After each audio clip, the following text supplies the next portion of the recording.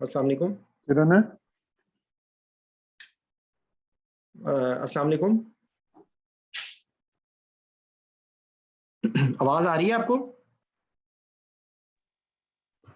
जी sir. अच्छा, खुर्रम कहाँ गए? खुर्रम, आपसे फौरी तौर पे एक सवाल है कि एक ऑर्थोपेडिक की सर्जरी है, ठीक है? तो ऑर्थोपेडिक की जी सर। सर्जरी में आपको आपके पास जो है ना रेयर ब्लड ग्रुप है, तो आप चाहते हैं कि उसको ना ब्लड ट्रांसफ्यूजन ना आपको करनी पड़े, ठीक है? तो आपके पास क्या क्या तरीक़ाकार हैं मतलब पेरी ऑपरेटिव, प्री ऑप से लेके पोस्ट ऑप तक, कि वो तरीके आप यूज़ करके ब्लड ट्रांसफ्यूजन जो है ना वो आप उसको अवॉइड कर सकें, ठीक है? टू द पॉइंट आपने सिर्फ वो स्टेप्स बतानी है, या वो पॉइंट जो तरीके। अब जाहिर बात है ऑर्थोपेडिक है, तो अब आप ये आपके पास प्री ऑपरेटिव ऑप्टिमाइजेशन का बहुत कोई लंबा टाइम तो नहीं है ना, आपको फौरी तौर पे वो केस करवाना है, ठीक है? तो आप कैसे, क्या क्या आप कर सकते हैं, क्या क्या ऑप्शन है आपके पास? सर उसमें एक तो ऑप्शन ऑटोलोगस ब्लड चले ट्रांसफ्यूजन की होती है। मैं इसको थोड़ा सा वो कर लेता हूँ, फिल्टर आउट के लोअर लिम्ब की सर्जरी है, ठीक है? लोअर लिम्ब का फीमर फ्रैक्चर है फॉर एग्जांपल। जी जी सर, इसमें एक तो ऑप्शन ऑटोलोगस ब्लड ट्रांसफ्यूजन की है, जो डोनर अपना जो पेशेंट एक महीना पहले नहीं, आप ब्लड मेरी दे बात को देते। नहीं समझ रहे। देखिए, मैंने आपसे यही तो आपसे मैंने सवाल किए। अब आप ये देखिए ना, आप मेरे क्वेश्चन को मैं रीफ्रेज कर रहा हूँ दोबारा। एक पेशेंट है जिसका फीमर फ्रैक्चर हुआ है, यंग पेशेंट है, ठीक है? उसका जी जी फीमर फ्रैक्चर हो गया है, आपने उसको एनेस्थीसिया देना है, उसका रेयर ब्लड ग्रुप है, ठीक है? अब आप चाहते हैं कि उसको इंट्रा ऑपरेटिवली आप उसको ब्लड ट्रांसफ्यूजन को अवॉइड करें, ठीक है? तो आपके पास क्या क्या ऑप्शन है? अब आप ये वाली बात, आपका आंसर वैलिड है ये? सर, उसमें तो सबसे पहले तो ये है कि ऐसी टेक्निक्स इस्तेमाल की जाएं और ऐसा टाइप ऑफ एनेस्थीसिया दिया जाए जिसमें ब्लीडिंग के अब आप चांसेस छोड़ दें, अब काफी। आप बताइए। ये आपको ये कहानी नहीं सुनानी, आपको बताना है कि ठीक है मैं सर। क्या करूंगा, आप उसको क्या एनेस्थीसिया देंगे, क्या कुछ करेंगे, मैं आपको ये पूछना चाह रहा हूँ। Sir regional anaesthesia preferred okay, है। क्योंकि और ओके, एक बात हो गई, नंबर उसके वन। बाद सर हीमोडाइल्यूशन की जा सकती है, टॉर्निकेट लगाया जाता है। देखें, फीमर फ्रैक्चर में हाइपोटेंसिव टॉर्निकेट लगेगा? आप मेरे नहीं क्वेश्चन सर, को नहीं फीमर समझ में रहे, आप मेरे क्वेश्चन को नहीं समझ रहे। मैं फीमर फिर में रिपीट कर रहा हूँ कि इस पेशेंट के अंदर हीमोडाइल्यूशन आप बोले ना, एक है आप उसका जी इनिशियली जी ब्लड, अब आप उसका अगर अगर वो हीमोडायनेमिकली स्टेबल है, उसकी आपने जो उसकी प्री ऑपरेटिव हीमोग्लोबिन है वो ठीक है, तो अब आपके पास इस पेशेंट के अंदर दो तीन ऑप्शन है, आप हीमोडाइल्यूशन कर लें। आप उसको 1 लीटर फ्लूइड दे दें, ठीक है? और इन जी addition sir. To the dehydration, तो उससे क्या होगा कि उसका ब्लड डाइल्यूट हो जाएगा, और इफेक्टिव सर्कुलेटरी जो है ना वो लॉस वो कम हो जाएगा, ठीक है? जब वो कम होगा, वो कम होगा तो उससे क्या नाम है उसका, जो पर मतलब बेसिकली जब आप जो ब्लीडिंग जब होगी, तो आपका जो इफेक्टिव सर्कुलेटरी वॉल्यूम कम होगा, आपको ब्लड ट्रांसफ्यूजन देने की जरूरत कम होगी, ठीक? एक ये पॉइंट हो गया, ठीक है? दूसरा आपने बोला था रीजनल एनेस्थीसिया। रीजनल एनेस्थीसिया के अंदर स्ट्रेस रिस्पॉन्स कम होता है, उसकी वजह से ब्लीडिंग के चांसेस कम होते हैं। दो बातें हो गई, ठीक है? इस पेशेंट के अंदर तो अब आपने जब रीजनल एनेस्थीसिया दिया तो ऑटोमेटिकली हाइपोटेंशन हो जाएगी। ओके, वैलिड है आपका पॉइंट, हाइपोटेंसिव एनेस्थीसिया, ठीक है? उसके अलावा जो आपने लफ्ज बोलने हैं वो क्या क्या हैं? उसके अलावा ये हैं कि आप सेल सेवर का नाम लेंगे, ठीक है? एक सेल सेवर डिवाइस होती है जो क्लोज लूप में ब्लड को वहां से सक्शन करती है, उसके आगे फिल्टर होते हैं, उसको फिल्टर करते हैं, और फिल्टर करके उसको जो है वो दोबारा से उसको वो कर देते हैं, क्लियर करके वो अपना ही उसका ब्लड उसको लगा देंगे, ठीक है? तो उसका फायदा ये होगा कि ये ऑटोलोगस जो है ब्लड ट्रांसफ्यूजन, उससे आप बच जाएंगे, ठीक है? सर क्या कहते हैं, blood savers? Cell saver, cell salvage cell technique, savers, ठीक है? Cell salvage technique salvage. और इंट्रा ऑपरेटिव सेल सैल्वेज, ठीक है? सेल सेवर मशीन होती है, ठीक है? और सेल सेवर के बारे में कुछ बातें ये कि सेल सेवर जो होता है ना, उसके उसके अंदर कुछ उसकी कॉन्ट्राइंडिकेशंस होती हैं, लाइक उसको आपने जब अगर कोई कैंसर है तो उसके अंदर आपको स्पेशल फिल्टर लगाने पड़ेंगे, ठीक है। अगर कोई जो ऑब्स्टेट्रिक अगर आप सर्जरी में यूज करें तो जो एमनियोटिक फ्लूइड है उसके लिए भी आपको उसी फिल्टर की आपको जरूरत होगी, ठीक है। तो आप जो है वो एमनियोटिक फ्लूइड और ये कैंसर के लिए ना आप हमें उसमें स्पेशल फिल्टर लगाने, ठीक है। और इन्फेक्टेड एरिया हो, इन्फेक्टेड हो और साथ फीकल मैटर अगर हो, ठीक है, एब्डोमिनल सर्जरी है तो उसके अंदर भी ये रेटिलिफ सॉर्ट ऑफ कॉन्ट्राइंडिकेशन कह लीजिए आप, या तो ये उसका है कंसर्न, ठीक है। अच्छा, उसके अलावा आप और कौन कौन से फैक्टर्स हैं जो अवॉइड करेंगे जिससे ब्लीडिंग, जिनको आप कह लेंगे एनेस्थेटिक फैक्टर्स कौन कौन से होंगे जिससे ब्लीडिंग बढ़ जाती है? सर ये तो सिंपैथेटिक स्टिमुलेशन को तो जो आपने ब्लंट कर दिया ना, ब्लंट कर देंगे जी। उसके अलावा देखें हाइपोथर्मिया से ब्लीडिंग होती है, सर नॉर्मोथर्मिया होता है सर नॉर्मोथर्मिया वो कहने लगा था मैं सर। तो और इसके अलावा सर इसके अलावा पोजीशनिंग, एसिडोसिस अगर होगा तो एसिडोसिस की वजह से बढ़ सकती है ब्लीडिंग, ठीक है। इस सर्जरी में तो इतना ज्यादा नहीं रोल है, लेकिन आप टॉर्निके का, अगर ये सर्जरी फीमर की ना हो तो वो चीजें जो मिसिंग होगी उनमें एक टॉर्निके है, एलिवेशन है, लिम एलिवेशन है, ठीक है। या जो सर्जिकल साइट है आप उसको थोड़ा सा एलिवेट कर दें तो वहां पे वीनस एनगॉर्जमेंट कम हो जाएगी, ठीक है। उसके बाद आपने उसको हाइपोथर्मिया प्रिवेंट करना है, आप उसको वार्म रखेंगे, आप उसको वार्म फ्लूइड्स देंगे। उसके अलावा कुछ टेक्निक्स हैं जिनके अंदर ये है कि अगर कोई उसके अंदर कोमॉर्बिडिटी है जिसकी वजह से उसको प्लेटलेट डिस्फंक्शन है या कोएगुलोपैथी है, उसको आपने करेक्ट करना है, ठीक है। उसके बाद जो एंटी फिब्रिनोलिटिक, यूरिनरी कैथेटर से क्या होगा सर? वो अगर प्रोलॉन्ग प्रोसीजर्स हैं तो उसमें आप फ्लूइड को थोड़ा सा उनको कर सकते हैं। नहीं वो आप ठीक है, लेकिन इस वक्त हम बात, आपसे मैंने सवाल क्या पूछा,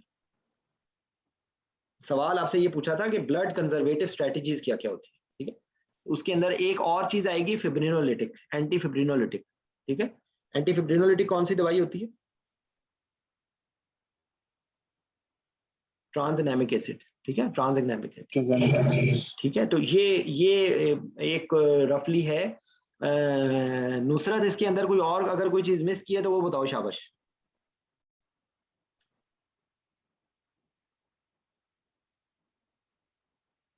जी जमील, कोई और चीज मिस की है तो बताओ।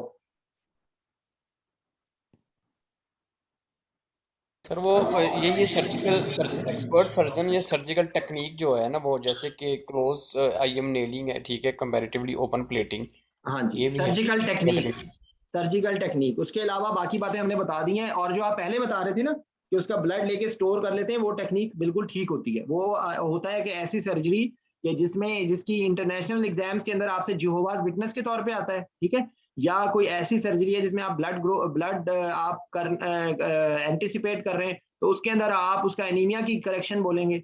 आप अगर कोई एंटी प्लेटलेट एंटी कोएगुलेंट्स हैं, अगर आप वो स्टॉप कर सकते हैं तो वो करेंगे। अगर कोई भी ऐसी जगह है जहां से ब्लीडिंग हो रही है तो आप उसको ट्रीट करेंगे, ठीक है।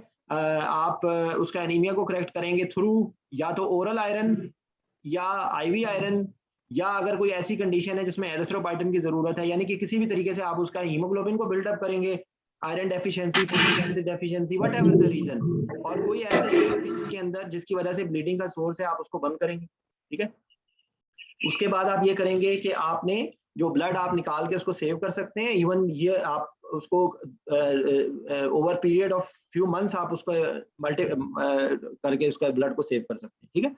तो ये चीजें हैं जिनको कहा जाता है ब्लड कंजर्वेटिव स्ट्रेटजीज, ठीक है। बाकी लिम की एलिवेशन हो गई, avoidance of correctable factors like hypothermia, hypoxia, acidosis, hypercarbia, इन सारी चीजों से, सिंपैथेटिक स्टिमुलेशन, पेन, ये सारी चीजों को आपने करना है। रीजनल एनेस्थीसिया का सिंपैथेटिक स्ट्रेस रिस्पांस कम होने की वजह से इफेक्ट होता है। अगर आप जीए दे रहे हैं तो आप हाइपोटेंसिव एनेस्थीसिया, इवन आप रीजनल के अंदर भी आप उसका ब्लड प्रेशर उसका लोअर साइड पे रखेंगे तो उसकी ब्लीडिंग कम होने के चांसेस होते हैं, ठीक है। ये क्वेश्चन तकरीबन मुकम्मल हो गया हमारा ब्लड कंजर्वेटिव स्ट्रेटजीज।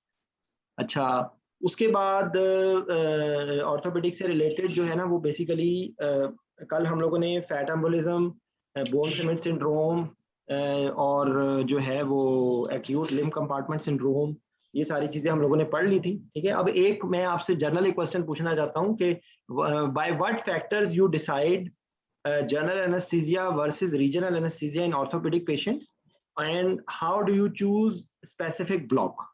क्या क्या क्या फैक्टर्स होते हैं जिनकी बेस पे आप डिसाइड करते हैं? नुसरत बताओगी? वाईवे वाले और कौन है? ये सुहेब आप बता दो अगर आप बताना चाहते हो। इसमें तो सर हम इंडिविजुअली जो है तो इंडिविजुअल अप्रोच करेंगे कि पेशेंट टू पेशेंट वेरी करेगा कि पेशेंट के लिए जो कौन सी टेक्निक ज़्यादा बेटर है। मतलब सर उसमें पीडियाट्रिक पेशेंट्स है, जीरियाट्रिक्स पेशेंट है और फीमेल पेशेंट है सर। देखिए मेरी बात सुनिए, अभी आप इतने लफ्ज बोलने के बाद भी बात तो यही होगी कि पेशेंट डेमोग्राफिक्स, उसकी कोमॉर्बिडिटी, ये एक फैक्टर है। जी आगे चलो जी आगे चलो। और फिर सर इसमें रिस्क वर्सेस बेनिफिट के बेसिस पे हम डिसाइड करते हैं। ज्वाइन करे ॾाढी फ़ायदेमंद थी लिंक जी। और रिस्क वर्सेस बेनिफिट के बेसिस पे सर हम देखेंगे और इसके अलावा सर ड्यूरेशन ऑफ डिजीज है पेशेंट के कॉपरेशन पे, एनी कॉन्ट्राइंडिकेशंस इंडिकेशंस, उन बेसिस पे सर हम डिसाइड करते हैं। और ये आप देखें ना, मोटी मोटी बात करें ना, यस मोटी मोटी बात करेंगे, कोई सिस्टेमिक इन्फेक्शन ना हो उसमें आप जो है वो central neurological block relatively contraindicated होगा। ठीक है, उसके जी, बाद और सर है या कोई पेशेंट एंटीकोएगुलेंट्स एंटीप्लेटलेट्स पे है उसके अंदर होगा, पेशेंट ने रिफ्यूज कर दिया तो आप नहीं कर सकते।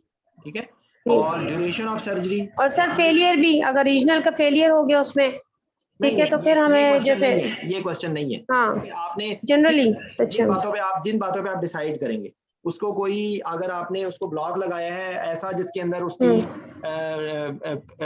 जो है वो रिस्पायरेशन हैम्पर हो रही है तो वो आप अवॉइड करेंगे। अगर patient is unable to lie flat on the bed and the surgery is and that way के पोजीशन आप नहीं कर पाए, जी स्कोलियोसिस वगैरह प्रोन पोजीशन में करके आप कोई केस कर रहे हैं तो पेशेंट अगर 4 घंटे की सर्जरी है, आप एपिड्यूरल भी लगा देते हैं, मिसाल के तौर पे मैं एक बात कर रहा हूँ, ठीक है, तो उसके अंदर वो एप्रोप्रिएट नहीं होगा। यानी कि पेशेंट की comfort, positioning related problem, patient comorbidities और एनी कॉन्ट्राइंडिकेशन लाइक आपने मोटा मोटा लाभ दे, अगर पेशेंट को एसिडोसिस है तो वहां पर लोकल जो एरिया है वहां पर प्रॉब्लम होगी, इफेक्ट नहीं होगा।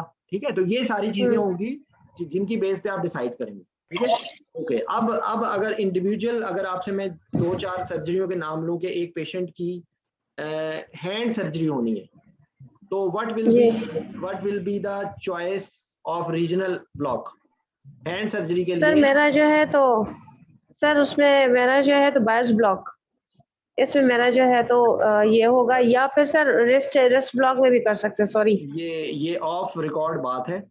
बायर्स ब्लॉक आज के दौर में सबसे पहले देना ना मतलब ज्यादती होगी आपके साथ। सर ये रिस्क है तो सर रिस्ट ब्लॉक भी कर सकते हैं अगर हैंड का है। और इसके अलावा सर हमें तो तमाम ऑप्शंस देने हैं ना कि उसमें देखो, तो सर बायर ब्लॉक में भी पॉसिबल है। जी मेरी बात सुनिए, पॉसिबल है तो आप सबसे पहला ना बोलो ना, सबसे पहला आप जी जब रिस्ट ब्लॉक, जब मैं हैंड सर्जरी कह रहा हूँ तो आप रिस्ट ब्लॉक से शुरू करो, रिस्ट ब्लॉक लगा के उसकी नर्व सारी ब्लॉक हो जाती हैं, उनसे ये जुमला बोलो कि हैंड सर्जरी के लिए हमें radial nerve, medial nerve, ulnar nerve तीनों हमने ब्लॉक करनी है। ठीक है, तो अगर रिस्ट ब्लॉक हम लगा देते हैं तो दैट मे बी सफिशिएंट। या इसमें अब एक और कौन सी कंसिडरेशन होगी जिसकी वजह से हो सकता है हैंड सर्जरी में भी आपको रिस्ट ब्लॉक से काम ना हो? आपने वो बोला ही नहीं है। एक चीज होती है जिसको टॉर्निके कहते हैं। ठीक है, वो टॉर्निके हाथ की सर्जरी भी होगी ना तो वो भी ऊपर लगाएंगे, तो उस एरिया को भी आपने ब्लॉक करना है। यानी टॉर्निके पेन कल हम लोगों ने पढ़ा था।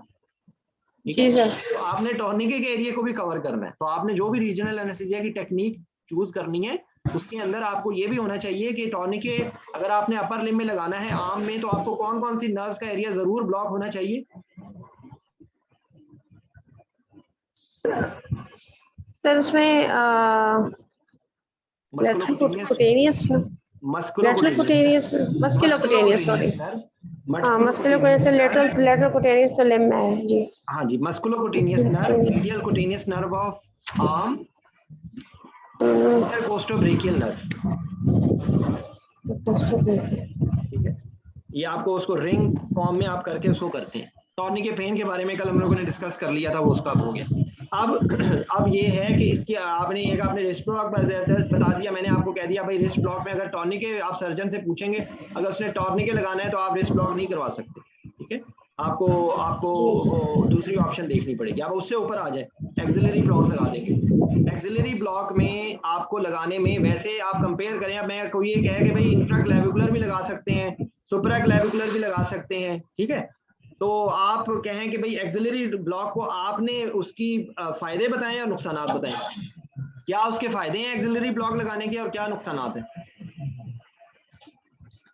सर नुकसानात और फायदे तो सर यही है कि जो है तो स्पेसिफाइड एरिया हम ब्लॉक करेंगे और जो है तो जीए के जो है तो उसके इफेक्ट से और उसके ड्रग से उससे हम बच जाएंगे। देखो आपसे जो सवाल पूछूं ना, आप उस सवाल का जवाब और देगी तो आपको भी फायदा होगा, मुझे भी फायदा होगा, सब लोगों को भी फायदा होगा। मैंने आपसे सवाल जीए से कंपैरिजन में पूछा है, मैंने आपसे ये पूछा है कि supraclavicular infraclavicular versus axillary block.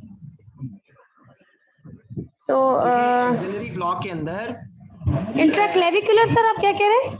Supraclavicular, infraclavicular axillary. Sir infraclavicular तो सर अब खैर वो कहते हैं कि अब लगाते ही नहीं है, लेकिन सर उसमें सबसे ज्यादा रिस्क होता है। अब आप एक बता रही हूँ मिनट सर। खामोश हो जाए और मैं आप मेरी बात सुन ले, जो मैं बताना चाह रहा हूँ। हाँ। एक्सिलरी नर्व ब्लॉक के एडवांटेजेस ये हैं, ये इंडिविजुअल नर्व ब्लॉक होती है। एक फायदा, आप उसको जो है वो इसके अंदर लंग्स की इन्वॉल्वमेंट होने के न्यूमोथोरैक्स नहीं होता, न्यूमोथोरैक्स नहीं होता। एक मिनट चुप करो प्लीज। उसके बाद सर मैंने इंफ्राक्लेविकुलर नहीं सुना था, इसलिए कह रही हूँ। आप मेरी बात, आपने सुप्राक्लेविकुलर का भी आप गलत बता रही थी, इसलिए आप एक मिनट के लिए आप बीच में इंटरप्ट ना करो, सुन लो पूरी बात। ये इसका एडवांटेज है। दूसरा एडवांटेज ये है कि अगर आप सुप्राक्लेविकुलर ब्लॉक करेंगे तो क्योंकि वहां पर कौन सी चीज ब्लॉक होती है, वहां पे ट्रंक्स ब्लॉक होते हैं, तो ट्रंक्स के अंदर से ब्लॉक होके एरिया के नमनेस में डेवलप होने में ज्यादा टाइम लगेगा। अब अगर आप चाहते हैं कि रिलेटिवली क्विकर ऑनसेट हो जाए तो axillary block will be your choice, ठीक है। क्योंकि अगर आप सुप्राक्लेविकुलर लगाएंगे तो ब्लॉक उससे भी हो जाएगा, ठीक है। उससे भी आप अगर आप सही तरीके से लगाते हैं, उसके अंदर स्पेयरिंग जो होती है वो तो होती है, लेकिन यू कैन कवर इट, ठीक है। ये तो उन दोनों के कंपैरिजन के अंदर फ्रेनिक नर्व, न्यूमोथोरैक्स और ये तीसरी चीज है। डिसएडवांटेज क्या होता है एक्सिलरी का? डिसएडवांटेज ये होता है एक्सिलरी का कि आपको मस्कुलोकुटेनियस नर्व अलग से ब्लॉक करनी पड़ती है, नर्व की नीडल की हैंडलिंग बहुत ज्यादा करनी पड़ती है, और आर्टरी के अक्रॉस आप घूम रहे होते हैं तो आर्टीरियल पंक्चर होने के बहुत ज्यादा चांसेस होते हैं, तो ये उसका एक डिसएडवांटेज होता है। और अवेक पेशेंट के अंदर जिसमें आपको लोकल हल्का सा आप लगा के सिर्फ उस जगह को इन्फिल्ट्रेट करके कर रहे हैं, इतनी ज्यादा नीडल हैंडलिंग, इतनी ज्यादा नीडल मूवमेंट में पेशेंट कंफर्टेबल नहीं होगा।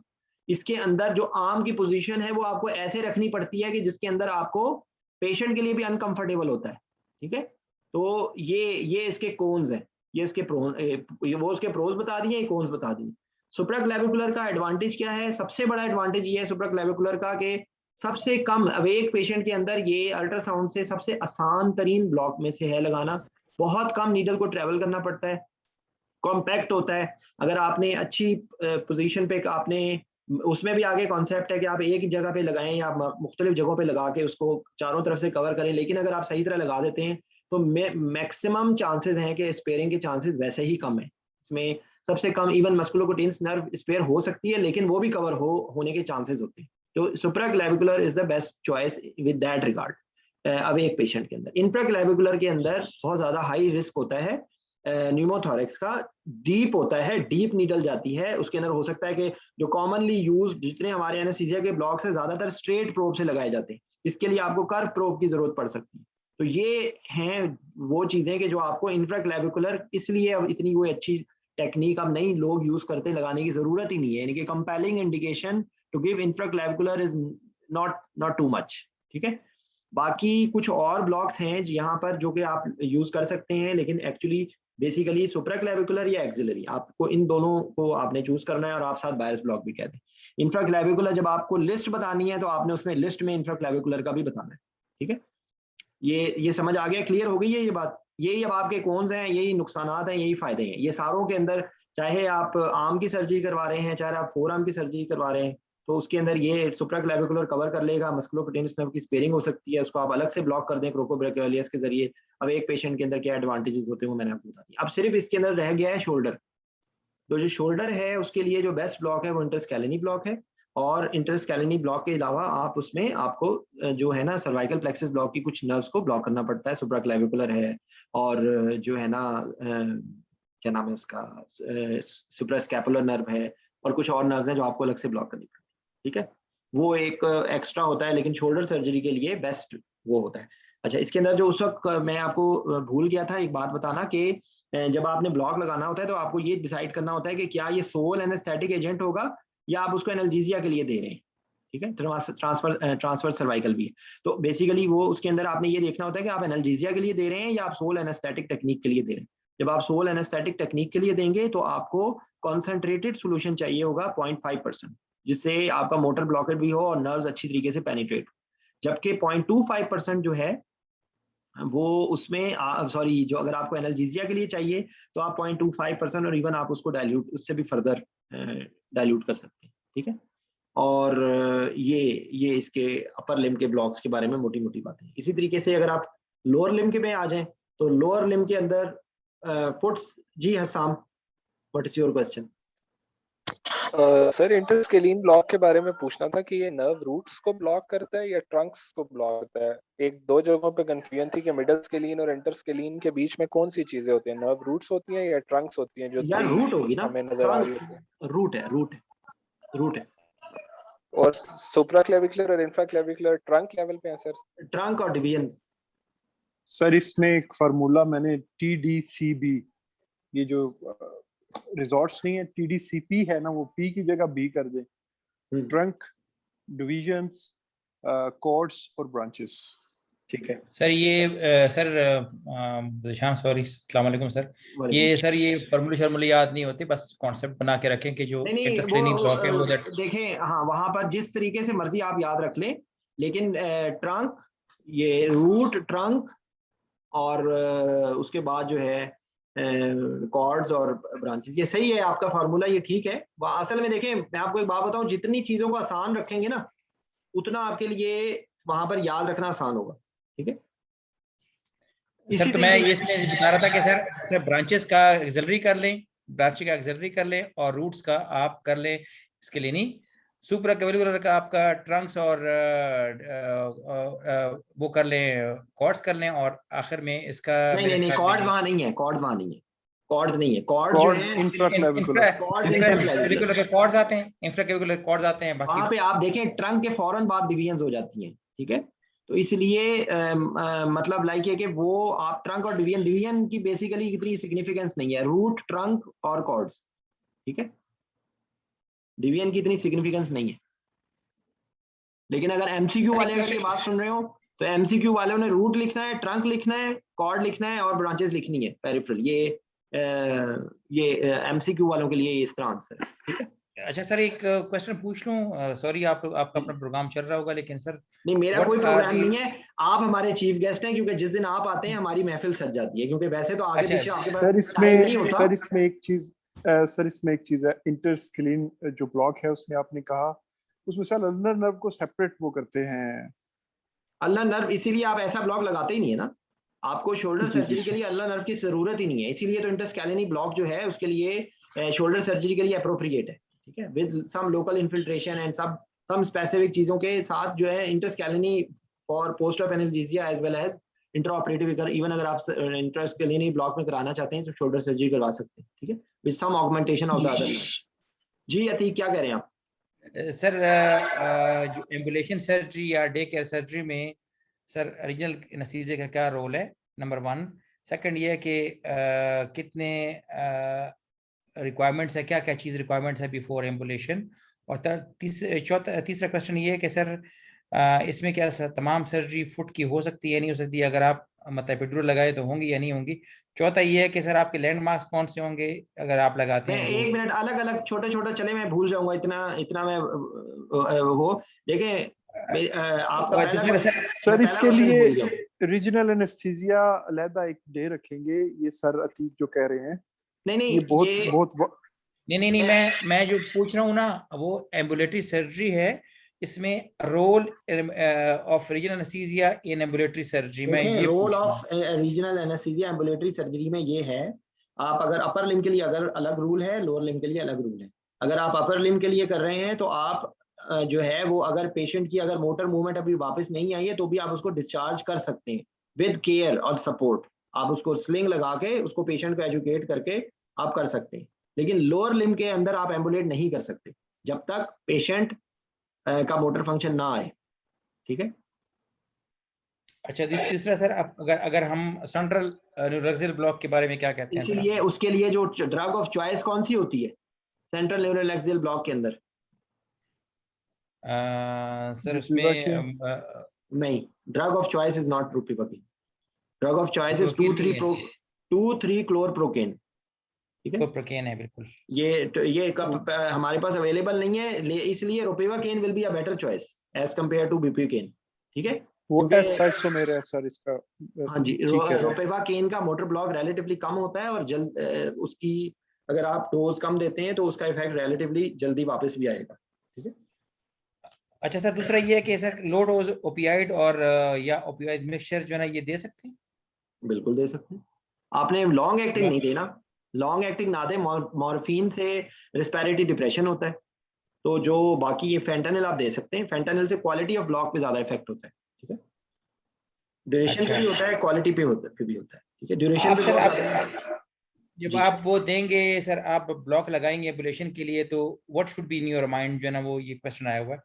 तो कि पेशेंट जो है ना पोस्टेड हाइपोटेंशन ना हो, हाइपोवोलीमिया ना हो और पेरी एनल सेंसेशन ना हो। यार इंट्राऑपरेटिवली पोस्टेड हाइपोटेंशन को आप कैसे बताएंगे?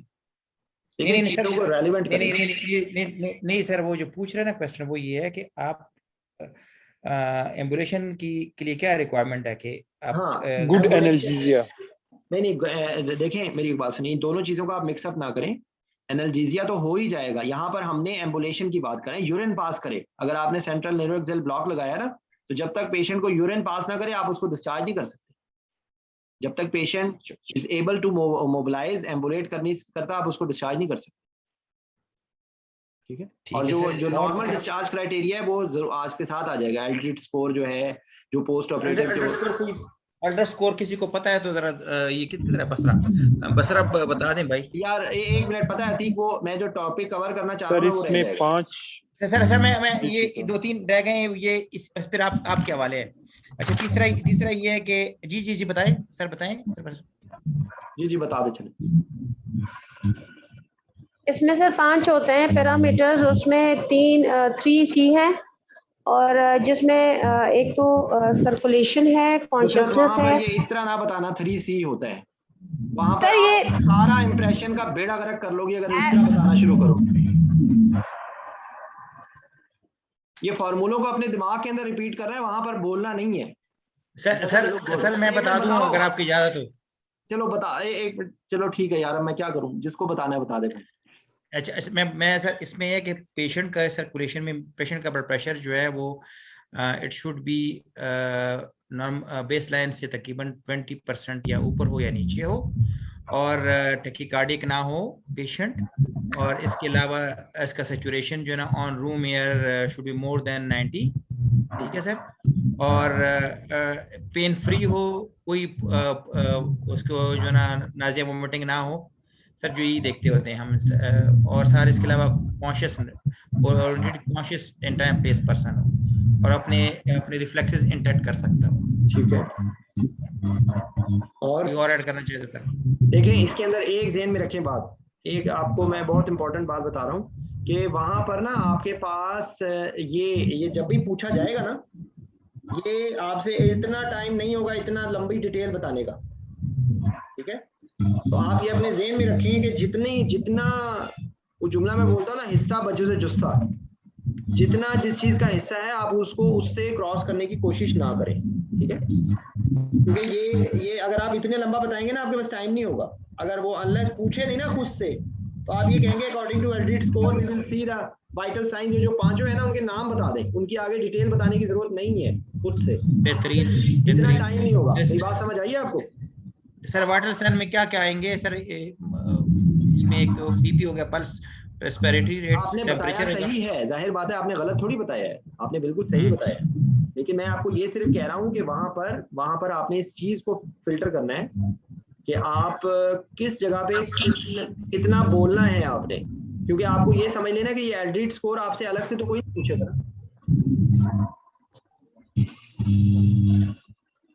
नेक्स्ट क्वेश्चन है what are the indication of popliteal nerve block, और इसकी बाउंड्रीज क्या है, मतलब लैंडमार्क्स क्या है इसके। अच्छा, और एक मिनट के लिए please hand over to Atiq भाई, आप थोड़ी देर कंटिन्यू रखें, मुझे 2 मिनट के लिए बाहर जाना पड़ रहा है, या आप कंटिन्यू ठीक है सर, रखें ठीक है। सेशन, ठीक है। किधर है मैडम नुसरत? एरी। अच्छा मैडम, इसके बताएं कि पॉप्यूलेटेड ब्लॉक की नर्व इंडिकेशन क्या क्या है मैम।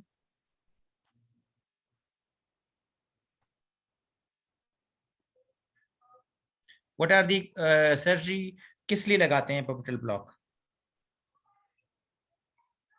लेग और फुट के लिए लगाते हैं मैम, ठीक है। अच्छा, इसके लैंडमार्क्स कौन कौन से हैं? पॉप्यूलेटेड फोसा और क्या आप बता दें। अच्छा, पॉप्यूलेटेड फोसा के इस बॉर्डर्स जो है ना इसके होंगे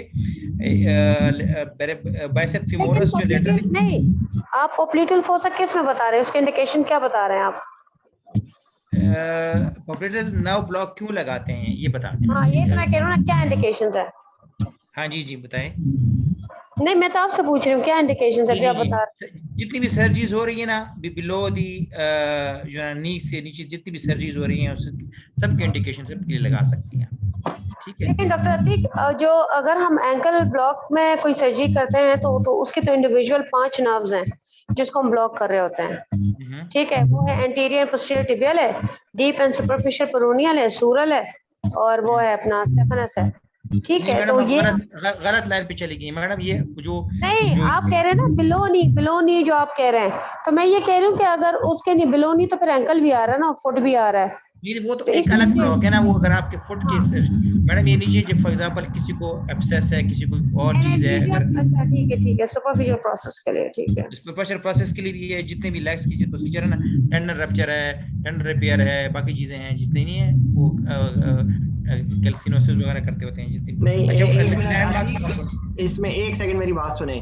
आप जो बता रहे हैं ना, ये ज़हन में रखें कि जो लेग का भी बिलो द लेग है ना, अगर लेग का भी जो मीडियल पोर्शन है that will be covered by saphenous nerve, ठीक है। डेफनेस वो अलग वो करना पड़ता आपको है सर। करना पड़ेगा। और दूसरी बात ये कि देखें, एक मेरी रिक्वेस्ट है कि जो रट्टे वाली चीजें हैं उनकी वजह से आप परेशान ना हो।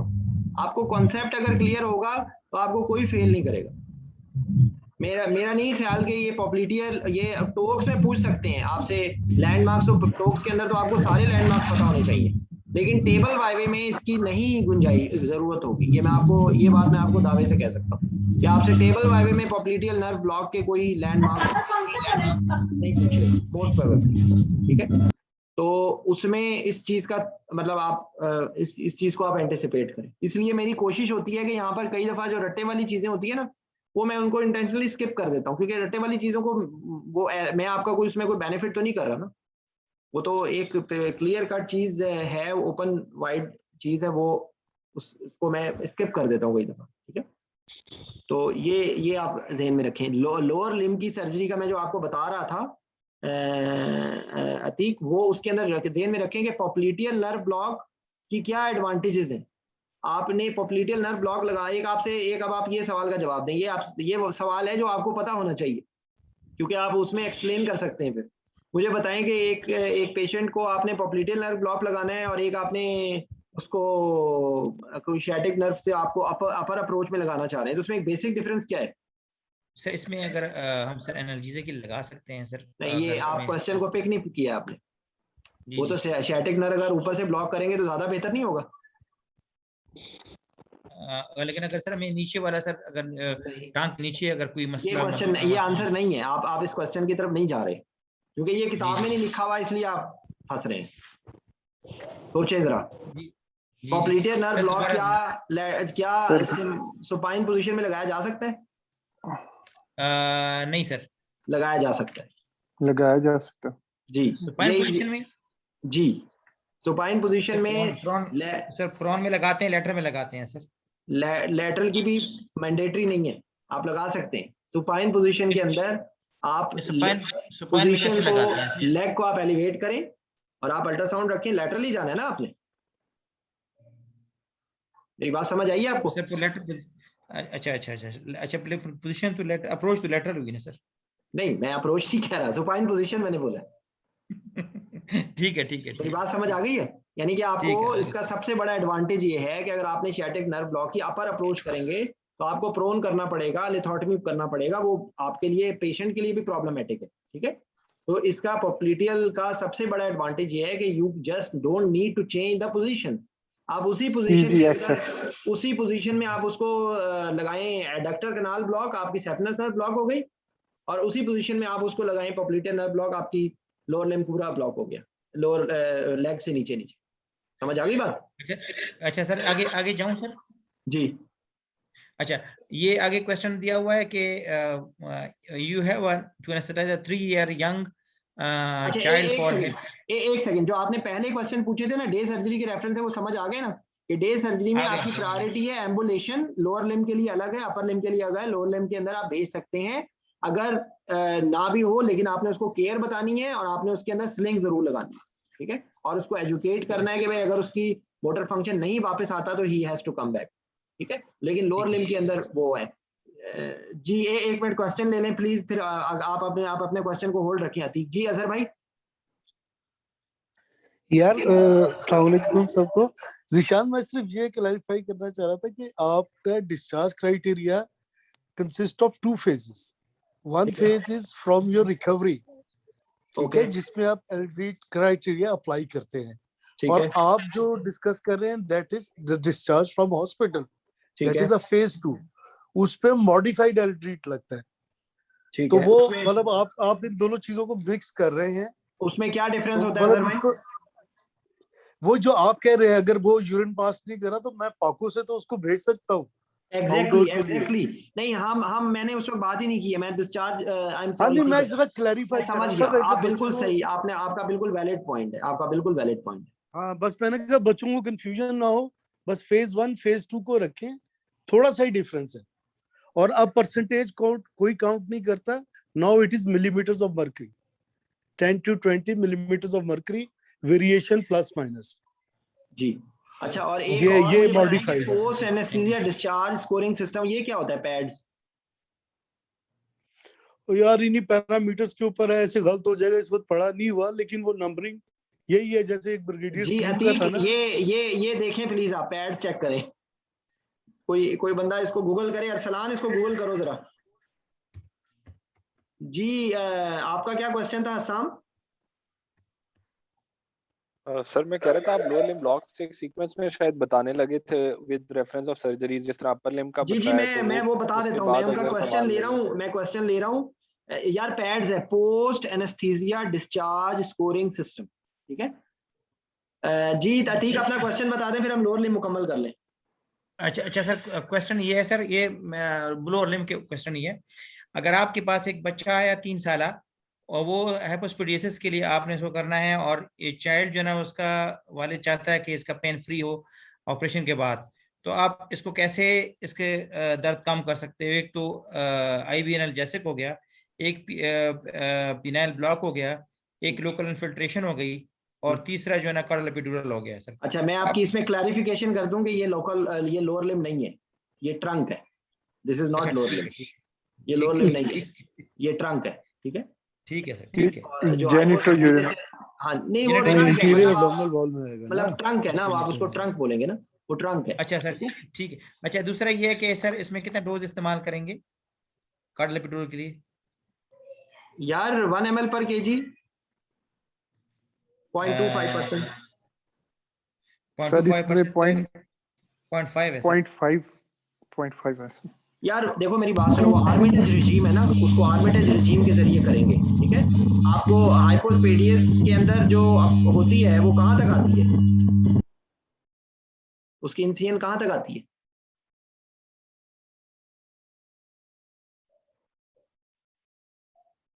सर इसमें आपने सैक्रल, सर प्लीज देखें, मुझे ये बताइए कि इसके अंदर जो होता है, जो अपर थोरेसिक के लिए कितनी डोज होती है? 1.5 ml। अच्छा, 5 है। लोअर एब्डोमिनल के लिए कितनी होती है? 1 लोअर ml। एब्डोमिनल के लिए 1 ml। जी थैंक यू वेरी मच। ये लोअर एब्डोमिनल में आता है, ये सैक्रल नहीं है सर ये जो वो है ना सर पेरिनियम और लोअर लिम्स का देखें। कुछ बुक्स में 0.5 लिखा है, लेकिन आप सर ठीक कह रहे हैं 0.1 भी देखें लिया जा मेरी सकता बात सुने, इंसियन कहाँ पे लगती ये है? अगेन ये ग्रे एरिया है, लेकिन इंसियन कहाँ पे लगती है? सर हाइपोस्पेडियस की जो हाइपोस्पीडिया क्या के ग्लैंड्स के नीचे ऑब्वियसली ठीक है। Around the glands. हाँ, लेकिन मैं आपको एक बात बताऊं कि इसके अंदर अप्रोच कई दफा एक्सटेंडेड भी हो सकती है, ठीक है? फिर इसमें पूछा है कि फिर पूछे एनाटॉमी बता दें इसकी। अच्छा देखें, अगर मेरी एक बात सुने, आपके ख्याल से 0.5 है तो 0.5 होगा। मैं भी शायद मिस टेकिंग, मैं उसको तो शायद गलत ले रहा हूँ, ठीक है? लेकिन इसको मैं शायद मिक्स कर रहा हूँ। हाइपोस्पेडियस के अंदर 0.5 लेंगे मेरे ख्याल से आप। I was wrong. 0.5 लेंगे अगर सर इसको, अगर आपने एनेस्थेटिक डोज सर एक अगर एनेस्थेटिक डोज देनी है तो 1 ml ले सकते हैं सर। 1 ml 0.125। नहीं, आप ये पहले ये फैसला कर लेना कि आपने इसमें डिसाइड 1 ml पॉइंट मेरे हिसाब से जो हाइपोस्पेडियस होता है ये उसका एरिया थोड़ा सा ऊपर होता है। जी अजहर भाई, आप इसमें रोशनी डाल दें, आपका हैंड रेज है। ओके, ये मेरा इसमें पॉइंट ऑफ व्यू ये है कि मुझे ये बताएं कि जो टेस्टिकुलर सप्लाई कहाँ से आती है?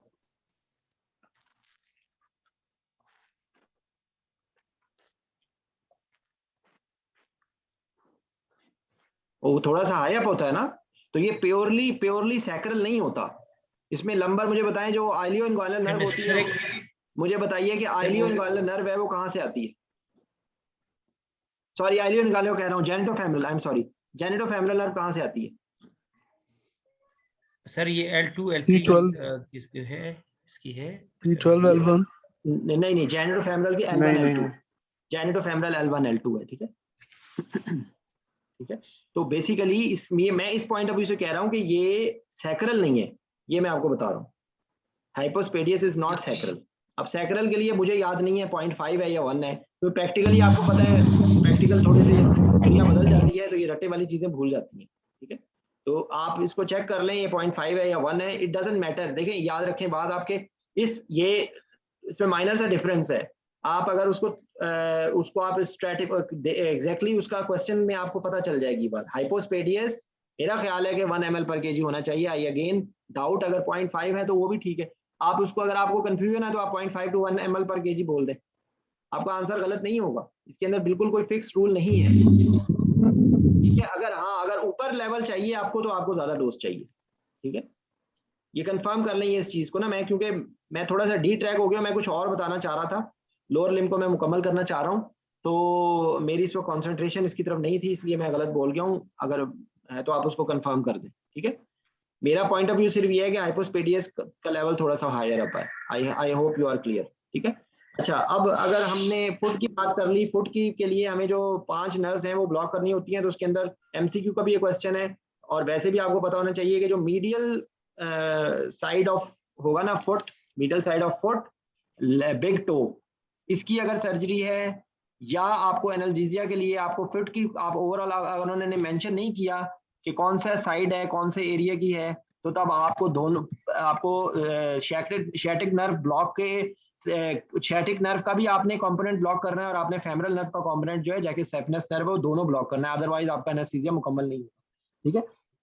अगर वो लिटिल फिंगर कह रहे हैं या लैटरल बॉर्डर कह रहे हैं तो उसके अंदर आपको सेफनेस नर्व ब्लॉक करने की जरूरत नहीं है, उसके अंदर आप सिर्फ पॉप्लिटियल नर्व बताएंगे, ठीक है? तो ये इसका थोड़ा सा डिफरेंस है। बाकी इसके अंदर भी वो वाली बात आ जाएगी कि टॉर्निके, अब इसमें कोई बंदा इस बात पे आपको कॉन्सेप्ट उनको क्लियरली बता दें कि अगर आपने टॉर्निके लगाना है तो टॉर्निके में involve the area of saphenous nerve, तो in that case you have to block saphenous nerve as well, but if there is no involvement of tourniquet then you don't need, ठीक है? और आपको कॉन्सेप्ट अगर आपसे कोई discussion में पूछेगा तो आपको उसको क्लियर करके बता दें, ठीक है? अच्छा सर, जिशान आपकी बात सही थी, it is 1 ml per kg of 0.25% with clonidine and morphine के साथ। देखिए आप क्लोनिडीन क्यों बोल रहे हैं मॉर्फिन, देखो अतीक आप सर ये इसके मैं अपना नहीं बोल रहा, तो पिपुविकिन विद क्लोनिडीन, ये मॉर्फिन, ये इसने लिखा हुआ है, ये यार ऑक्सफोर्ड ने खुदा लिखा के हुआ है। लिए अल्लाह के वास्ते क्लोनिडीन आप मुझे बताइए कहीं अवेलेबल है? नहीं अवेलेबल, लेकिन सर ये बस आपकी बात ठीक है, 1 ml पर मैं जो नहीं बता मैं रहे हुआ ना, नहीं, आप क्लोनिडीन नहीं बोलना। देखो आप नहीं क्यों बोल अपने रहा, आप को मुश्किल में डालना चाहते हो? आप नहीं अगर बोल रहा आज सर, ये इसने नहीं बोल रहा, नहीं बोल रहा आप सर, ये मैं आज के दौर में हो ना, अगर आपने बोलना ही है ना एडजंक्ट, तो इसके साथ आप आज के दौर का एडजंक्ट बताओ। आज के जार का क्लोनिडीन का कौन रिश्तेदार है अब? नहीं है, नहीं है, नहीं है ना। Dex, एक वो नहीं, सेकंड Dexmedetomidine. जी, डेक्समेडिटोमेडीन इज द रिश्तेदार ऑफ क्लोनिडीन, जो इसका वो है सिविल नाम है प्रेसिडेक्स। प्रेसिडेक्स। लेकिन आपने वहां पर नुसरत आपका आपका इस बार तबाही हुई हुई है, आप ना अनम्यूट करो प्लीज। आपकी माइक का बहुत मसला हुआ है, बहुत ज्यादा शोर हो रहा है। ठीक है, तो प्रेसिडेक्स आप उसको प्रेसिडेक्स भी ना बोलें, डेक्समेडिटोमेडीन बोलें। ये अपनी हैबिट बना लें कि वहां पर you should be looking graceful. तो trade names will not make you graceful. तो आप अपने ऊपर हराम कर लें, ये मेरी सजेशन पे ही समझ लें कि आप लोगों ने वहां पे ट्रेड नेम्स नहीं बोलने, आपने जेनेरिक नेम बोलने। ठीक है, और यूजुअली आप इसके अंदर रूल यही बताएंगे कि कॉर्डल एपिड्यूरल में आपने जब उसको दिया है एनाल्जेसिया के लिए, आप ओपियोइड उसके अंदर दे सकते हैं। लेकिन क्योंकि ऐसे सिनेरियो होता है क्योंकि आप उसके अंदर अगर आपने डे सर्जरी की बात कर रहे हैं तो आप लॉन्ग एक्टिंग ना बोलें, आप फेंटेनिल दे सकते हैं। लेकिन यूजुअली जो आर्मेटेज रिजीम है उसके अंदर ये बात इतना ज्यादा मेंशन नहीं की हुई कॉर्डल के अंदर, लेकिन आप दे सकते हैं, कोई उसमें ऐसा इशू नहीं है। डेक्समेडिटोमेडीन अगर आप बोलेंगे आप फंस जाएंगे, आप डोज पर फंसा सकता है वो आपको। ठीक है, तो इसलिए बेहतर है कि don't try to jump into the zone where you are weak, try to make the examiner play in your strong zone. तो जहां पर भी आपको लगता है ना कि अगली काउंटर क्वेश्चन आपके पास नहीं है, तो वहां फैंसी ना बने। ये मेरी आपको सजेशन है। ठीक है, ठीक है, ठीक। तो लोअर लिम के अंदर जो बाकी जो है ना, फुट का मैंने आपको क्लियर कर दिया। नी आर्थ्रोप्लास्टी के अंदर आपको एनेस्थीसिया अगर देना है तो क्या क्या चॉइसेस हैं जी?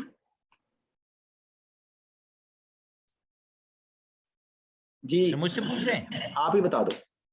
अच्छा, इस एनेस्थीसिया चॉइस जो है ना हमारे पास नी ऑर्थोप्लास्टी के अंदर है हमारे पास, वो है सिंगल शॉर्ट स्पाइनल है। Very good. और सर कंबाइंड स्पाइन एपिड्यूरल है सर। ओके। और एपिड्यूरल है। इसके अलावा सर हमारे पास फीमोरल एंड शियोटिक बोथ है। और सर इसके अलावा जो है एक कॉम्बिनेशन और बता दीजिए, स्पाइनल पोस्ट ऑफ, नहीं पोस्ट ऑफ में sir, spinal with post of adductor canal block for analgesia. ठीक है सर, ठीक है। और एक ये आई एम सॉरी, ये गलती से बटन प्रेस हो गया, अनम्यूट कर लो अजहर। ये अतीक भाई, lumbar plexus block sir. Lumbar plexus block यार असल में देखें, ये जब आपका खत्म हो जाए ना तो कहें कि practically it's not use much, मगर लंबर प्लेक्सिस ब्लॉक भी इज अ चॉइस। ठीक है, जेनिकुलर ब्लॉक। अच्छा सर, आपने कल वो शेयर नहीं की थी अपनी यार वो रिकॉर्डिंग मैं नहीं शेयर कर सका था, वो हो गई थी, मैं भूल गया। अल्लाह के फजल से इतने लोग एक्टिव हैं कि किसी ने भी याद नहीं कराया। मेरी ये ड्यूटी है, मैं खुद से भेजूं, मुझे किसी ने नहीं याद कराना। ठीक है, अच्छा नहीं सर, मैंने बड़ा ढूंढा ले, मैंने कहा सर, फिर मैंने कहा सोए होंगे। अच्छा सर, इसमें ये कि जो टोर्निकेट की ऊपर रोशनी डाले ना सर, टोर्निकेट की इन्फ्लेशन डिफ्लेशन की जो कहानी है सर, थोड़ा सा उसके बारे में। जी ये कल हम लोगों ने बहुत डिटेल से डिस्कस कर लिया है। तो इसलिए मैं सर, अगर आप मुझे मौका दें तो मैं अभी एक मिनट, अभी मेरे लोअर लिम मुकम्मल नहीं हुआ है प्लीज, क्योंकि अब मेरे पास मैंने कहीं जाना है, तो लोअर लिम में मुझे मुकम्मल कर लेने दो। लोअर लिम के आगे हम वैसे भी नहीं आज जा सकते, because I have to go somewhere. Lower limb के अंदर ये नी सर आपने पैट्स क्लासिफिकेशन भी पूछी थी सर। यार पैड्स भी बता देते हैं। पैट्स क्राइटेरिया, हाँ जी, पैड्स क्या होता है भाई? वो मैंने शेयर किया है। इसमें सर 5 क्राइटेरियाज हैं। एक number 1 vital sign, activity level, nausea vomiting है, पेन है और सर्जिकल ब्लीडिंग है। और इसमें सर फिर अगर मजीद आप कहें तो फिर मैं डिटेल से बता दूं। नहीं ना बताओ प्लीज, मैं ये रट्टे वाली चीजों से दूर भागता हूँ। मैंने आपको बता दिया, आप देख लें, ये इट्स अवेलेबल फॉर एवरीवन। ठीक है, ये मुझे याद भी नहीं रहता कभी उसकी, मैं आपको वैसे बता रहा हूँ कि वहां पर आपको अगर नाम भी याद आ गया, और आपको ये मोटे मोटे फैक्टर्स भी याद आ गए कि वाइटल्स ठीक होने चाहिए, सर्जिकल ब्लीडिंग नहीं होनी चाहिए, नोजिया वोमिटिंग नहीं होनी चाहिए, एम्बुलेट करना चाहिए, यूरिन पास कर देना चाहिए, आप फेल नहीं होंगे। ये नंबरिंग के चक्रों में जिसको कहते हैं ना, अपने आप को मुसीबत में ना डालें। मेरी बात समझ आ गई नुसरत? अतीक भाई आपको भी जी समझ आ सर। गई? आ गई सर, आ गई, आ गई, तो आ वहां गई। पर देखो, वहां पर तो इतना मौका ही नहीं होता। वहां पर आप किस कहानी की बात कर रहे हैं? अच्छा आप मुझे बताएं कि नी का समझ आ गया? नी का समझ आ गया। नी के बाद, नी की पोस्ट ऑफ एम्बुलेशन या कह लें, या उसके अंदर जो इरास का है उसके अंदर ये है कि आप फेमरल नर्व ब्लॉक के बजाय आप उसके अंदर एडक्टर कनाल ब्लॉक लगाएं, क्योंकि उससे मोटर स्पेयरिंग होगी और पेशेंट की मोबिलाइजेशन जल्दी हो सकती है, वो जल्दी एम्बुलेट करेगा। ठीक है, ये जमील ने एक जेनिकल नर्व ब्लॉक का बताया, ये जॉइंट के अंदर की नर्व सप्लाई होती है, ये इंट्रा ऑपरेटिवली इसको लगाया जा सकता है और इसको क्रॉनिक पेन के लिए भी यूज किया जाता है। ये हमारे डोमेन में रिलेटिवली कम है। ठीक है, इंट्रा ऑपरेटिवली इसको लगा दिया जाता है। अच्छा, उसके बाद आप उससे ऊपर आ जाएं, आप फीमर की सर्जरी पे आ जाएं, तो उसके अंदर आपको फेमरल और शैटिक दोनों ब्लॉक करनी पड़ेंगी। ठीक है, आपको फेमरल और शैटिक दोनों ब्लॉक करनी पड़ेंगी, या आपके पास वो spinal epidural, combined spinal epidural, वो सारे भी आ जाएंगे। उसके ऊपर थोड़ा और ऊपर आ जाएं, अगर आपकी जो है वो मीडियल साइड, मतलब बेसिकली जो उसके अंदर आपको आपके पास डिफरेंट कम्बिनेशन है, आप उसको फेशिया इलियाका ब्लॉक के तौर पे भी दे सकते हैं, आप उसको 3 नर्व ब्लॉक में भी कर सकते हैं, क्योंकि 3 नर्व ब्लॉक के अंदर obturator nerve, lateral cutaneous nerve of thigh और फेमरल नर्व होती है। ठीक है सर, इससे रिलेटेड क्वेश्चन है सर, पूछ लूं? जी जी बताइए। अच्छा, एक क्वेश्चन आया हुआ है कि sir what are the issues in total hip replacement therapy? ठीक है सर, क्या क्या इश्यूज होते हैं, और इसके अलावा जो ना इसकी प्री ऑपरेटिव असेसमेंट जो THR के लिए सर्जरी के लिए, और इसके अलावा सर इसमें ये कि intra operative post operative concerns क्या होंगे इसके? हाँ जी, ये बहुत इंपॉर्टेंट क्वेश्चन है। इसकी पूरी गाइडलाइन है, जो जूनियर्स हैं वो प्लीज AAGBI की गाइडलाइन है, हिप फ्रैक्चर की भी, फीमर नेक ऑफ फीमर के फ्रैक्चर की भी, वो आपको ऑर्थोपेडिक्स के फोल्डर में आर्टिकल्स के मिल जाएगा। आप लोग तो वो जरूर पढ़ें। उसके कोई भी जो गाइडलाइन पढ़नी होती है उसका तरीका ही होता है कि उसके अंदर आपने रिकमेंडेशंस और आपने मेन हाईलाइट्स उसके पढ़ने होते हैं। ठीक है, ये उसका मैसेज है आप लोगों के लिए। ये है कि आप ज़हन में रखें ये बात कि इसके अंदर जो यूजुअल जो एज ग्रुप होगा, अगर यंग एज में भी ट्रॉमा हो सकता है, लेकिन ओल्ड एज होगा तो old age and it's related comorbidities वो सारी आ जाएंगी, ओल्ड एज रिलेटेड कंसर्न्स आ जाएंगे। उसके बाद दूसरी चीज होगी ये कि इसके अंदर जो है ना ब्लीडिंग का रिस्क होगा, इसके अंदर जो थ्रोम्बोप्रोफाइलेक्सिस, क्योंकि ये पेशेंट जो है वो बेड रिडन हो सकते हैं, इसके अंदर ओल्ड हिस्ट्री हो सकती है। ठीक है, उसके बाद जो है आपका चॉइस ऑफ एनेस्थीसिया, वो एंटीकोएगुलेंट्स, और वही उन्हीं सारी बेसिस पे होगा जो हम लोगों ने भी डिसाइड की थी कि कोई भी अपने ब्लॉक देना होता है तो आपको उसके अंदर क्या क्राइटेरिया को जहन में रखना होता है। ठीक है, उसके बाद इसमें जो बॉटम लाइन है, जो कि इवन जो AAGBI की रिकमेंडेशन है वो भी यही कहती है कि अनलेस अंटिल कोई सीवियर एरिथमियाज ना हो, अगर कोई सीवियर इलेक्ट्रोलाइट इम्बैलेंस नहीं हो, तो आपने केस को डिले नहीं करना फॉर फैंसी इन्वेस्टिगेशंस। ठीक है, ये प्री ऑपरेटिव उसकी बात ये है। इंट्रा ऑपरेटिव जाहिर बात है वो बोन सीमेंट है और ब्लीडिंग है और जो वो उसकी पोजीशन रिलेटेड। सर आपने बेहतरीन बताया, एक दो चीजें रह गई हैं सर। एक तो आपने चॉइस ऑफ एनेस्थीसिया टेक्निक बताया, कोमॉर्बिड बताया, ओल्ड एज बताया, इसके अलावा पोजीशनिंग और ब्लड लॉस बता दिया मैंने। लैटरल पोजीशन में होता है ना, तो लैटरल पोजीशन रिलेटेड कंसर्न्स होते हैं। और अगर आपने रीजनल लगाया है तो ये पेशेंट को आपको पोजीशन के अंदर, इस पोजीशन के अंदर आपको एक संभालना, ये भी एक प्रॉब्लम होती है। ठीक है, इस पोजीशन के अंदर पेशेंट अनकंफर्टेबल हो सकता है। जी आगे और क्या है? बोन सीमेंट हो गया, ब्लीडिंग हो गई, आप टॉर्निके नहीं लगा सकते। ठीक है, आपके लिए टॉर्निके लगाना मुश्किल है। आपके आने से पहले हम लोगों ने ब्लड कंजर्वेटिव स्ट्रेटजीज डिस्कस कर ली थी, वो सारी आ जाएंगी इसके अंदर। ठीक है, और क्या चीज है आपके दिमाग में पॉइंट?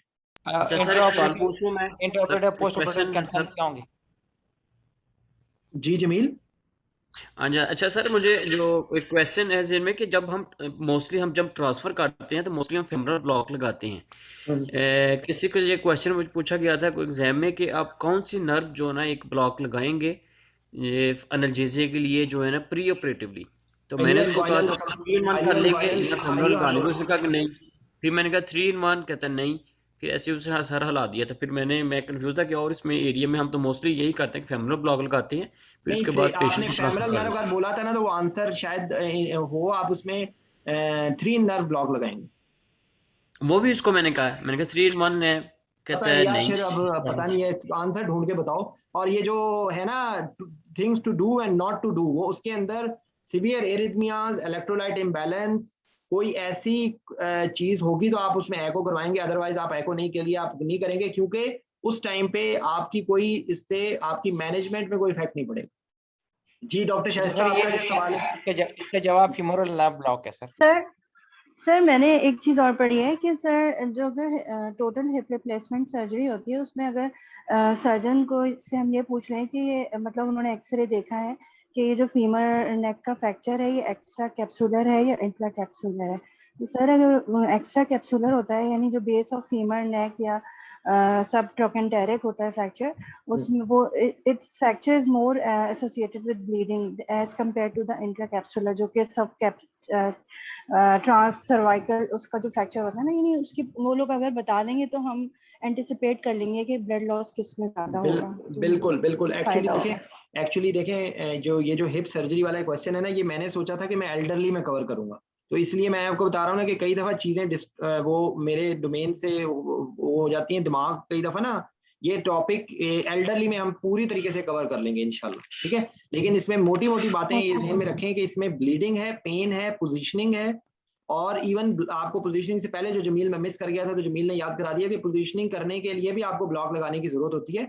वो मेरे हिसाब से या तो वो आइलियो हाइपोगैस्ट्रिक नर्व ब्लॉक है या वो फेमरल नर्व ब्लॉक है। अब वो क्या पूछना चाह रहा था, वल्लाह आलम क्या पूछना चाह रहा था। सर फीमोरल ब्लॉक के साथ सर वो लेटरल कुटिनियस नर्व ब्लॉक भी लगाते हैं, 2 वो तो ब्लॉक थर्ड 3 नर्व ब्लॉक है ना, वो लेटरल कुटिनियस नर्व का तो एरिया इतना नहीं आता इसमें, वो तो लेटरल पार्ट ऑफ थाई होती है ना, लेटरल। देखें इसके अंदर एक ज़हन में रखें बात, हिप जॉइंट की नर्व सप्लाई क्या होती है, हिप जॉइंट में कौन कौन सी नर्व्स का पोर्शन आता है, वो सारी आपको ब्लॉक करनी जरूरी है।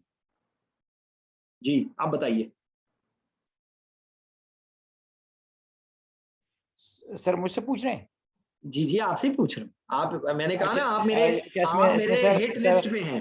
आपको सबसे अच्छा आपको ना, आपको जवाब गलत आने की गुंजाइश, आपको और एक नुसरत को, क्योंकि आप लोगों के साथ सबसे ज्यादा मैंने सर खपाया, नुसरत के साथ तो सबसे ज्यादा सर खपाया, तो नुसरत की तो कोई माफी है ही नहीं सवाल जवाब गलत देने की। अच्छा इसमें सर एक तो सर शियाटिक नर्व ब्लॉक है, सॉरी शियाटिक नर्व है, ऑब्चुरेटर नर्व है, फीमोरल नर्व है, और इसके अलावा सर जेनेटो फीमोरल नर्व है, और नहीं सर देखो, जो जेनेटोफेमरल नर्व वहां पे कहाँ से आ गई, जेनेटोफेमरल सर छोड़ दो। पूरा आते हैं ना सर, इसमें पूरा का पूरा नहीं नहीं नहीं नहीं नहीं, सैक्रल फ्लेक्स, लंबोसैक्रल फ्लेक्सस पूरा आता है सर नहीं इसमें। नहीं नहीं नहीं नहीं, जेनेटोफेमरल नर्व वहां नहीं आती। उसकी एक जेनेटल ब्रांच होती है, एक फेमरल ब्रांच होती है, वो medial upper medial side of thigh को करता है, और जो है वो पीनस और टेस्टिस वाले एरिया पे जाता है, ये वो है, वो एरिया है, वो जेनेटोफेमरल नर्व। जेनेटोफेमरल नर्व की उधर कोई ब्रांच नहीं है। इसी तरीके सर से अजहर ने हाथ खड़ा किया, सर लेटरल। अजहर ने हाथ खड़ा किया है, सर अजहर ने वो जी जी असर भाई बता दीजिए आप।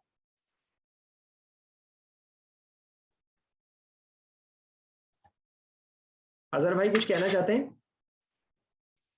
ओके शायद उनका अनइंटेंशनली हो गया। ठीक है, तो ये बेसिकली आप लोग गाइडलाइन पढ़ लें AGBI की, ठीक है।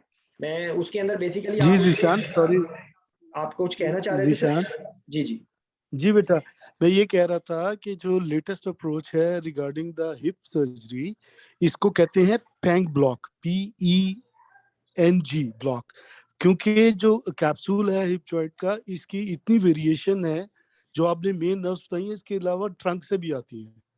तो ये एक दफा बच्चे पढ़ लें, PENG पैंग ब्लॉक, और this is what he is asking. It gives you almost 99 to 100% result. Very simple 5 ml injection है। ये ग्रॉइन के एरिया में ना, आपको शायद अल्ट्रासाउंड की भी जरूरत नहीं होती इसमें। नहीं, इसमें और अजहर भाई 100% इसमें नर्व्स कौन कौन सी होती हैं? मैं आपको बता रहा हूँ ना कि जो मेन इन्होंने बताई है, इसके अलावा कुछ ट्रंक से कंट्रीब्यूशन है, ये आपको मैं लेटेस्ट बता रहा हूँ इसकी। तो इसको जो है पेरी कैप्सुलर पेंग ब्लॉक कहते हैं, PENG पेंग ब्लॉक। अच्छा, ये हिप सर्जरी के लिए इट्स वेरी इफेक्टिव। अभी अंडर ट्रायल था, अब निकल आया है, अप्रूव्ड हो गया है। ठीक है ठीक है। तो हो सकता है कि वो लेटेस्ट के एलिमेंट पे पूछना चाह रहे हो। And secondly regarding the total knee replacement, दूसरा जो ब्लॉक आप, क्योंकि it's not only the interior part of the leg which is painful, posterior part भी पेनफुल हो जाता है आफ्टर 5-6 आवर्स। तो उसके लिए फिर आई पैक ब्लॉक देते हैं, एडक्टर कैनाल ब्लॉक के साथ आई पैक ब्लॉक दोनों सेंसरी हैं प्योर। ठीक है, ये कौन सा ब्लॉक होता है, आईपैक ब्लॉक? ये हाँ जी, ये पोस्टीरियर ऑफ द ये आर्टरी और जो है कैप्सूल के बीच में, नी जॉइंट के कैप्सूल के बीच में देते हैं। Very easy block again. असल में ये भाई दोनों नाम मैं आपको बताता हूँ, चक्कर ये है कि मैं आप सब लोगों के लिए ये मैसेज है, चक्कर ये है कि जो अजहर भाई बात बता रहे हैं ना, ये प्रैक्टिकल कंडक्ट ऑफ एनेस्थीसिया, ठीक है, और मतलब लाइक ये आप समझ लीजिए कि लेटेस्ट एडवांसमेंट में ये आपसे सवाल पूछ सकते हैं, ठीक है। लेकिन एमसीपीएस वालों को परेशान होने की जरूरत नहीं है। नुसरत, आपको टैकीकार्डिया नहीं होना चाहिए, अतीक भाई आपको टैकीकार्डिया नहीं होना चाहिए, इस बात पे आपको कोई फेल नहीं करेगा, दैट आई गारंटी, ठीक है। और मोस्ट प्रोबेबली ये एमसीक्यू में भी बहुत बहुत मुश्किल है कि ये एमसीक्यू, यस वाईवे के अंदर जो एफसीपीएस वालों को एडवांसमेंट की जो चीज होती है उसमें पूछा जा सकता है, ठीक है। तो ये रख लें, ये क्योंकि ये चीजें कुछ होती हैं जो अपडेट होती रहती हैं, जो मेरे इल्म में नहीं है। ये मैं आपको जो बता रहा था ना, हिप सर्जरी में किस बात पे आप डिले करेंगे, तो उसकी गाइडलाइन कहती है haemoglobin less than 80, electrolyte imbalance severe, sodium less than 120 या more than 150, potassium less than 2.8 या मोर देन 6। यानी कि सीवियर, अगर आपको ये भूल जाता है ना, तो severe anaemia, severe electrolyte imbalance, ये आपको नंबर भूल भी जाएं तो कोई मसला नहीं है, ठीक है। बहुत ही अनकंट्रोल्ड डायबिटीज हो तो आप उसको पहले इतना कंट्रोल कर लें कि आपका आउटकम बेहतर हो जाए, ठीक है। और उसके बाद कोई अगर बहुत कोई क्या नाम है उसका, कोई सीवियर किस्म का एरिथमिया हो रहा है तो आप उसको पहले कंट्रोल कर लें, ठीक है।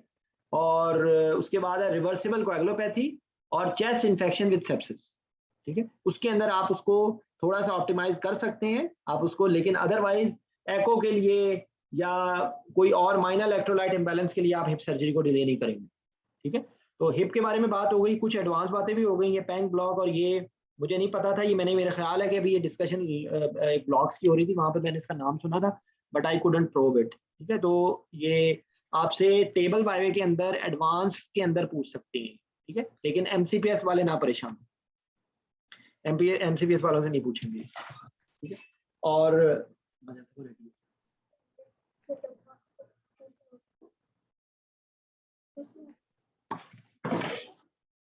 ठीक है, तो लोअर लिम्ब के बारे में अगर कोई और क्वेश्चन है तो बताइए प्लीज, क्योंकि मुझे असल में देर हो रही है, मुझे कहीं जाना है।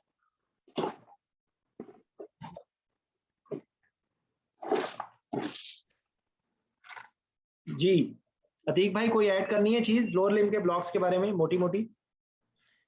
सर वो बता दिया आपने, अब तो जैसे चाबी उठा ली आपने, जा रहे हैं सर। अभी कहानी है कि सर कोई एक दफा नी ब्लॉक जो ना सर, एंकल ब्लॉक सर थोड़ा सा रिवाइज कर ले जस्ट फॉर अच्छा, एक मिनट, इससे पहले मुझे एक और बात याद आ गई कि जिस तरह हम लोगों ने अपर लिम्ब में टॉर्निके के लिए बताया था ना, मस्कुलोकुटेनियस नर्व और अपर इंटरकोस्टल ब्रेकियल नर्व, तो यहाँ पर आपको अगर टॉर्निके लगाना है ना, तो उसके अंदर lateral femoral cutaneous nerve of thigh और बाकी जो फेमरल नर्व और उसकी ब्रांचेस और पीछे शैटिक नर्व और उसकी ब्रांचेस, ये सारी कवर होनी चाहिए, तब आपका जो है वो टॉर्निके पेन खत्म होगी, ठीक है।